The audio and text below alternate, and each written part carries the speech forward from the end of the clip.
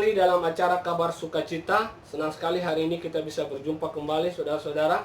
Hari ini kita akan membahas satu topik yang sangat menarik. Tema firman Tuhan hari ini saya beri tema pengungkapan rahasia Tritunggal Allah atau Trinitas. Ya. Tapi sebelum itu mari kita berdoa. Bapa kami dalam surga, Bapa dalam nama Yesus, kami bersyukur buat kesempatan yang indah ini Tuhan. Saat ini kami akan belajar tentang Tritunggal Allah. Engkau yang menyingkapkan bagi kami. Urapi hamba-Mu yang kuasa Roh Kudus-Mu. Urapi kami semua. Biarlah setiap benih yang ditabur dapat bertumbuh menghasilkan buah-buah yang dahsyat. Kami percaya firman-Mu adalah kebenaran. Dan kebenaran itu yang akan memerdekakan hidup kami. Kami siap diberkati oleh firman-Mu hanya dalam nama Tuhan Yesus Kristus. Haleluya. Ini sangat menarik. Banyak orang dibingungkan tentang doktrin Tritunggal. Ya, mereka bingung dan tidak memahami, bahkan banyak yang salah paham tentang doktrin ini. Ya, saya juga beberapa tahun yang lalu saya juga bingung tentang doktrin Tritunggal ini. Lalu saya berdoa kepada Tuhan, saya berpuasa dan Tuhan memberikan saya hikmat, Tuhan mengungkapkan bagaimana rahasia Tritunggal Allah.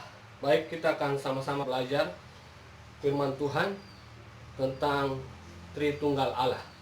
Kita buka firman Tuhan di dalam 1 Yohanes 5 ayatnya yang ke-7.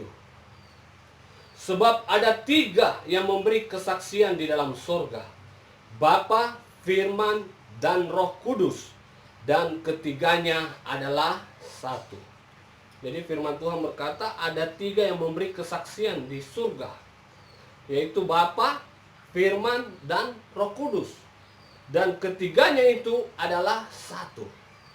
Berarti dia adalah Allah Tritunggal. Ya. Ada Bapa, ada Firman, dan ada Roh Kudus. Bapa adalah pencipta, pemelihara hidup kita, dia penguasa. Dan firman ini berbicara tentang ya, makanya di Yohanes 1 ayat 14 sebelumnya kita baca dulu Yohanes 1 ayat 1. Pada mulanya adalah firman, dan firman itu bersama-sama dengan Allah, dan firman itu adalah Allah. Bahkan dikatakan di Yohanes 1 ayat 14, firman itu telah menjadi manusia dan diam di antara kita, dan kita telah melihat kemuliaannya, yaitu kemuliaan yang diberikan kepadanya sebagai anak tunggal Bapa, penuh kasih karunia dan kebenaran. Jadi firman ini berbicara tentang Yesus, Allah yang sudah menjadi manusia. Dia datang ke dalam dunia ini menjadi sama dengan kita, menjadi manusia.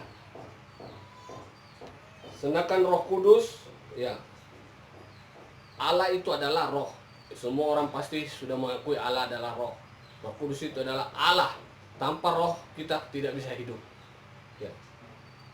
Jadi ini yang perlu kita pahami. Ada 3 pribadi, tapi satu hakikat. Apa itu hakikat? Hakikat kalau saudara buka dalam Kamus Besar Bahasa Indonesia, hakikat artinya pernyataan yang sesungguhnya. Itu hakikat. Jadi dia 3 pribadi, tapi hakikatnya satu. 3 pribadi Allah dan satu Allah. Bisa dikatakan Trinitas atau Trin-One, 3 di dalam satu. Karena Bapa dan Yesus adalah satu. Siapa yang sudah melihat Bapa, dia juga sudah melihat Yesus. Bapa dalam Yesus adalah satu. Ya. Jadi ini yang perlu kita pahami ya. Dan mungkin saudara bertanya, ya ini hanya ada di perjanjian baru, di perjanjian lama tidak ada tentang Tritunggal. Ya, kita akan sama-sama belajar dari perjanjian baru dulu. Ada beberapa hal yang dinyatakan dalam Tritunggal ini. Tadi kita sudah baca satu ayat. Ya, dikatakan tadi di 1 Yohanes 5 ayat 7, Bapa, Firman, dan Roh Kudus. 3 tapi satu. Dia adalah Allah yang esa, Allah yang satu, saudara.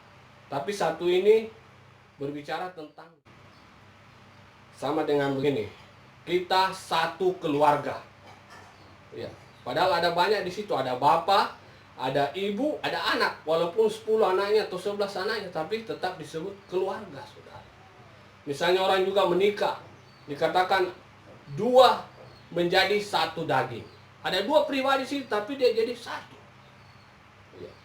Itulah gambaran-gambaran. Saya akan bukakan di sini bagaimana Tuhan membukakan saya rahasia tentang Tritunggal ini. Ada banyak hal dalam dunia ini tentang Tritunggal, tapi kita tidak tahu, saudara, karena belum dibukakan. Tapi kalau kita minta hikmat kepada Tuhan, Tuhan adalah Allah yang murah hati. Dia akan memberikan hikmat kepada kita untuk memahami. Ya, saya berdoa, berpuasa, dan akhirnya Tuhan bukakan saya ada rahasia-rahasia tentang Tritunggal Allah ini, ya.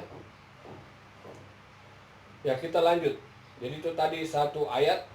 Dan penampakan Tritunggal kita bisa lihat juga waktu Tuhan Yesus dibaptis. Dalam Matius 3 ayat 16 sampai 17. Sesudah Yesus dibaptis, Yesus segera keluar dari air. Dan pada waktu itu juga langit terbuka, dan ia melihat Roh Allah seperti burung merpati turun ke atasnya. Lalu terdengarlah suara dari sorga yang mengatakan, "Inilah anakku yang kukasihi, kepadanya lah aku berkenan." Jadi waktu Tuhan Yesus dibaptis ada Roh Kudus menyerupai burung merpati, dan juga ada suara dari sorga yang berkatakan, "Inilah anakku yang kukasihi, kepadanya lah aku berkenan." Makanya kalau saudara baca dalam Matius 28 ayat 19 dan 20, di situ amanat agung dikatakan di sini, "Karena itu pergilah, jadikanlah semua bangsa muridku, dan baptislah mereka dalam nama Bapa dan Anak dan Roh Kudus, dan ajarlah mereka melakukan segala sesuatu yang telah kuperintahkan kepadamu, dan ketahuilah aku menyertai kamu senantiasa sampai kepada akhir zaman." Jadi di sini ada tentang Tritunggal, saudara, ya. Jadi kita diajar supaya membaptis dalam nama Bapa, Anak dan Roh Kudus. Bapa adalah Allah, Anak juga Allah, dan Roh Kudus juga Allah. Hakikatnya dia satu, ya, tapi pribadinya tiga. Ada Bapa, Anak, dan Roh Kudus. Kenapa kita harus percaya adalah Bapa? Ya, ini satu pertanyaan. Saya waktu berdoa sama Tuhan, saya minta hikmat Tuhan. Kenapa harus adalah Bapa? Ya, Tuhan membukakan saya. Karena kita lahir dalam dunia ini ada Bapa kita, saudara. Makanya kita harus percaya ada Allah Bapa. Jadi kita lahir, tidak mungkin tidak ada Bapa kita. Tuhan menciptakan kita, ya, menurut gambarnya. Laki-laki dan perempuan, itu nanti sebentar kita akan bahas, ya. Jadi saudara, kita lahir karena ada Bapa kita. Jadi kita percaya adalah Bapa karena kita lahir adalah karena ada Bapa kita. Ya, ini ditulis juga dalam Ulangan 32 ayat 6 bagian B. Ya, saya bacakan di sini. "Bukankah Ia Bapamu yang mencipta engkau?" Jadi kita lahir tidak mungkin tanpa Bapa. Makanya kita harus percaya adalah Bapa. Dan kita lahir dalam dunia ini juga ada ibu, saudara. Ibu itu gambaran sebagai Roh Kudus. Dia penolong, penghibur. Saya tidak mengatakan bahwa Allah itu punya jenis kelamin, tapi ini adalah gambaran yang Tuhan bukakan kepada saya. Dan kita lahir dalam dunia ini tidak mungkin kita langsung jadi besar. Kita harus jadi anak dulu. Makanya kita harus percaya bahwa ada Bapa, Anak, dan Roh Kudus. Tapi mereka adalah satu. Jadi inilah rahasia-rahasia yang Tuhan sampaikan kepada saya. Bagaimana Tritunggal Allah. Dalam satu keluarga ada Bapa, ada anak, ada ibu. Tapi dia katakan satu keluarga. Dalam satu bangsa, ya. Ada banyak penduduk di sana, tapi dikatakan satu bangsa, yaitu bangsa Indonesia. Kita hidup di bangsa Indonesia ini, ya.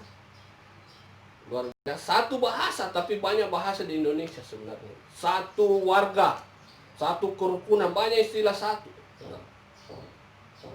Ya, jadi ini dikatakan di sini, ya.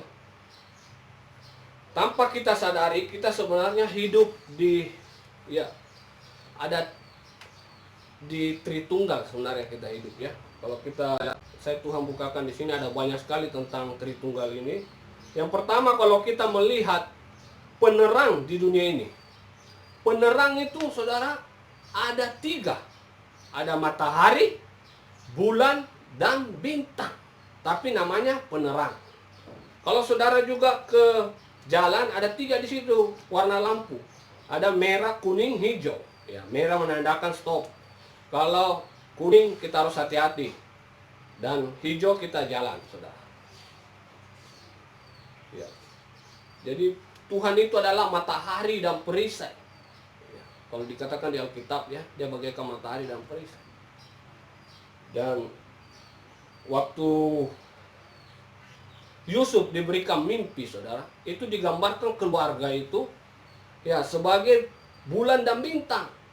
Matahari, bulan, dan bintang. Kalau kita baca di Kejadian 37 ayat 9 dikatakan di sini, lalu ia memimpikan pula mimpi yang lain yang diceritakannya kepada saudara-saudaranya. Katanya, aku bermimpi pula tampak matahari, bulan, dan 11 bintang sujud menyembah kepadaku. Jadi dia diibaratkan keluarga bapaknya itu sebagai matahari, ibunya itu sebagai bulan, dan saudara-saudaranya yang 11 saudara itu adalah bintang, saudara. Ya, Yesus juga dikatakan dia adalah bintang timur. Ya, waktu orang Majus mau mencari Yesus, dia harus melihat bintang. Ya. Jadi ini gambaran-gambaran satu keluarga, tapi dia ya berbeda pribadinya.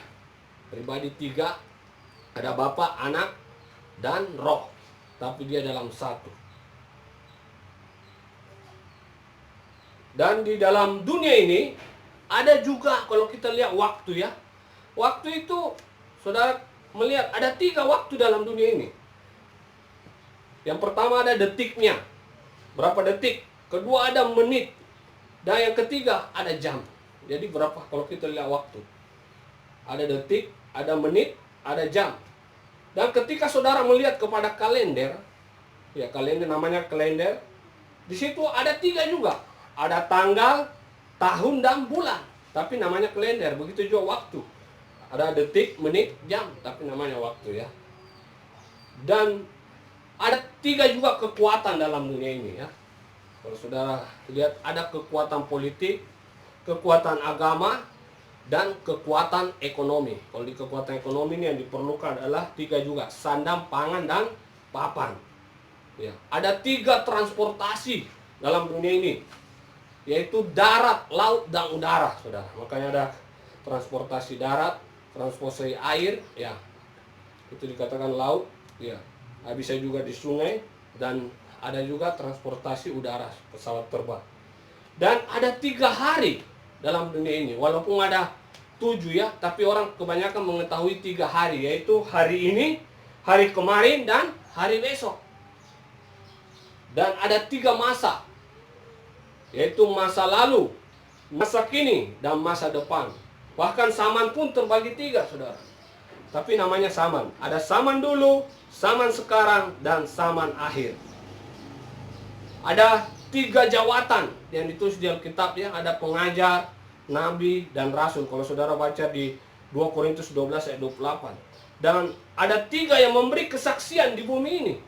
Ada air, roh, dan darah. Tanpa air kita akan mati, saudara. Kalau kita juga tidak punya roh, kita akan mati. Dan juga kalau kita tidak ada darah, kita akan mati. Jadi inilah yang memberi kesaksian di bumi. Kalau saudara baca di 1 Yohanes 5 ayat 8 ya. Dan manusia juga terdiri dari 3. Tubuh, jiwa, dan roh. Jiwa itu berbicara tentang pikiran, perasaan, ya, kehendak. Tubuh ini berbicara tentang kedagingan kita. Dan roh itu tidak kelihatan. Rohlah yang memberi kita hidup, saudara. Tapi satu manusia, tapi terdiri dari 3. Ada 3 yang dicari manusia dalam dunia ini. Ya, saudara pasti tahu apa yang saudara cari. Yang pertama, saudara pasti mencari keselamatan. Apa gunanya kita miliki seisi dunia kalau jiwa kita binasa? Yang kedua, kita yang hidup dalam dunia pasti mencari kenikmatan, saudara. Ya. Makanya di Pengkhotbah 6 dikatakan di sana ada kemalangan yang kulihat di bawah matahari ini. Ada orang diberikan kekayaan, tapi tidak diberi kuasa menikmati. Jadi kita semua mau menikmati hidup. Ya. Tidak ada orang tidak mau menikmati hidupnya. Dan yang ketiga yang orang cari adalah kemenangan. Karena kita lebih daripada pemenang.